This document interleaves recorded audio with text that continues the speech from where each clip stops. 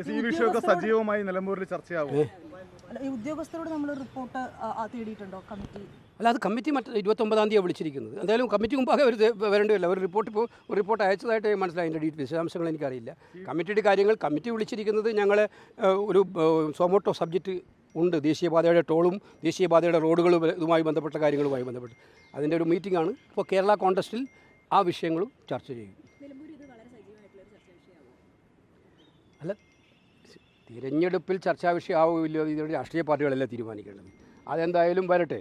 ഞാനിത് കേരളത്തിൻ്റെ പൊതുവായിട്ടുള്ള ഏറ്റവും വലിയ വികസന സ്വപ്നമായിരുന്ന ഒരു കാര്യത്തെ എത്ര വികലമായി തകർത്ത് തരിപ്പണമാക്കിയിരിക്കുന്നു സ്വാർത്ഥ താല്പര്യങ്ങൾക്ക് വേണ്ടിയിട്ട് എന്നുള്ളതിൻ്റെ ഒരു തെളിവാണിത്. ഇത് ഒരു നിലമ്പൂരിൽ മാത്രമായിരിക്കില്ല, ഇത് വലിയ ചർച്ചയാകാൻ വേണ്ടി പോകുന്ന ഒരു കാര്യമാണ്. ഇതൊരു കാരണം കഴിഞ്ഞ തവണ ഈ വൈബിലിറ്റി ഗ്യാപ്പ് പറഞ്ഞല്ലോ, ഈ സബ് കോൺട്രാക്ടറും കോൺട്രാക്ടറും തമ്മിൽ സംബന്ധിച്ച് കേരള കോൺഗ്രസ് അല്ല KPCC ഒരു ആരോപണം ഉന്നയിച്ചിട്ടുണ്ട്. അത് ഞാൻ പറഞ്ഞല്ലോ, ഞാനിപ്പോൾ ഒരു ഒഫീഷ്യലായിട്ടുള്ളൊരു മീറ്റിംഗ് കൂടെ ഉള്ളത് കൊണ്ട് അതിൻ്റെ വിശദാംശങ്ങൾ വരട്ടെ. എന്തായാലും എല്ലാ വിശദാംശങ്ങളും വരും. ഞങ്ങളതിനകത്ത് പിന്നാലെ ഉണ്ട്, എന്തായാലും ഉണ്ട്. ഈ കാര്യങ്ങൾ എന്തൊക്കെ സംഭവിച്ചിട്ടുണ്ടെന്ന് മനസ്സിലാക്കാൻ വിശദാംശങ്ങൾ വരും. അതിനകത്ത് വ്യക്തിപരമായിട്ട് രാജിവെക്കണോ അല്ലെങ്കിൽ ഉത്തരവാദിത്തം? അല്ല, അത് വരട്ടെ. സ്വാഭാവികമായിട്ടും ഇത് ഇത്തരം ഗുരുതരമായ പ്രശ്നം വന്നപ്പോൾ ആ പ്രശ്നങ്ങൾക്ക് മറുപടി പറയാൻ കേന്ദ്രമന്ത്രിക്ക് ബാധ്യതയുണ്ട്. ഒഴിഞ്ഞു പോകാൻ പറ്റില്ല. അദ്ദേഹം ഇപ്പം നടപടി എടുത്തതായിട്ട് കൊണ്ടുപോകാം. ഒരു ഭാഗത്തെ ഇത് കേരളം മൊത്തം നടന്നിരിക്കുകയാണ്. ഒരു ഭാഗത്തെ കോൺട്രാക്ട് മാത്രം സസ്പെൻഡ് ചെയ്തുകൊണ്ടെന്ന് കാര്യം? ഇത് നമ്മൾ ഉദ്ദേശിക്കുന്നതിനേക്കാൾ കൂടുതൽ ഗുരുതരമായ കാര്യമാണത്. ദേശീയപാതയുമായി ബന്ധപ്പെട്ട് വന്നിരിക്കുന്നത്.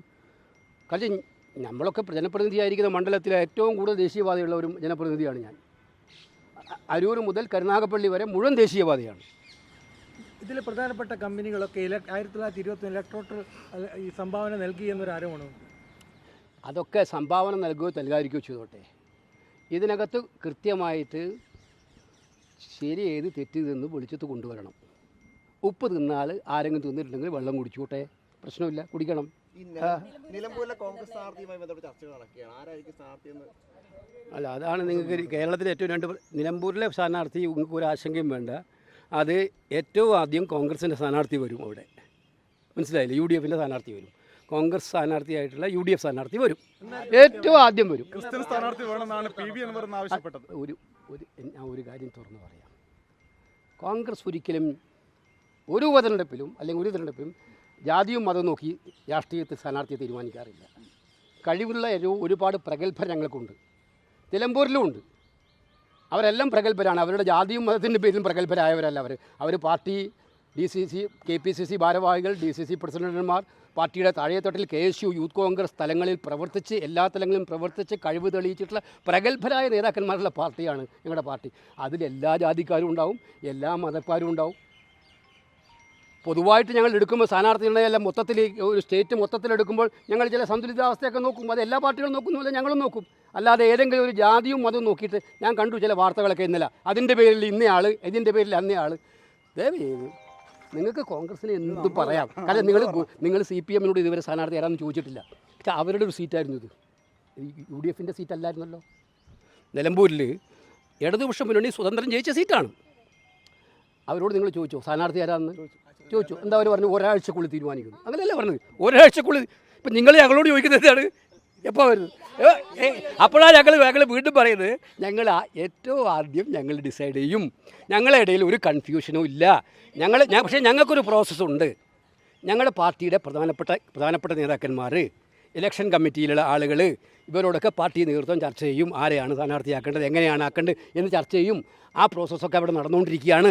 ആ നടന്നു കഴിഞ്ഞ് അതിനൊടുവിൽ അവർ ഹൈക്കമാൻഡിലേക്ക് പറഞ്ഞു കഴിഞ്ഞാൽ ഇവിടെ ഒരു മിനിറ്റ് പോലും താമസിക്കാതെ ഞങ്ങൾ കൊടുക്കാറുണ്ട്. നിങ്ങൾക്ക് അത് മറ്റേ എറണാകുളത്തെ തെരഞ്ഞെടുപ്പിലും പുതുപ്പള്ളിയിലെ തെരഞ്ഞെടുപ്പിലും പാലക്കാട് തെരഞ്ഞെടുപ്പിലും കണ്ടതാണ്.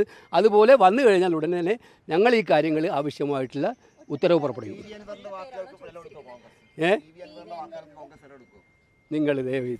നിങ്ങൾ മനസ്സിലാക്കേണ്ട കാര്യം വലിയ കാര്യങ്ങൾ സംസാരിക്കുകയാണ് നമ്മൾ.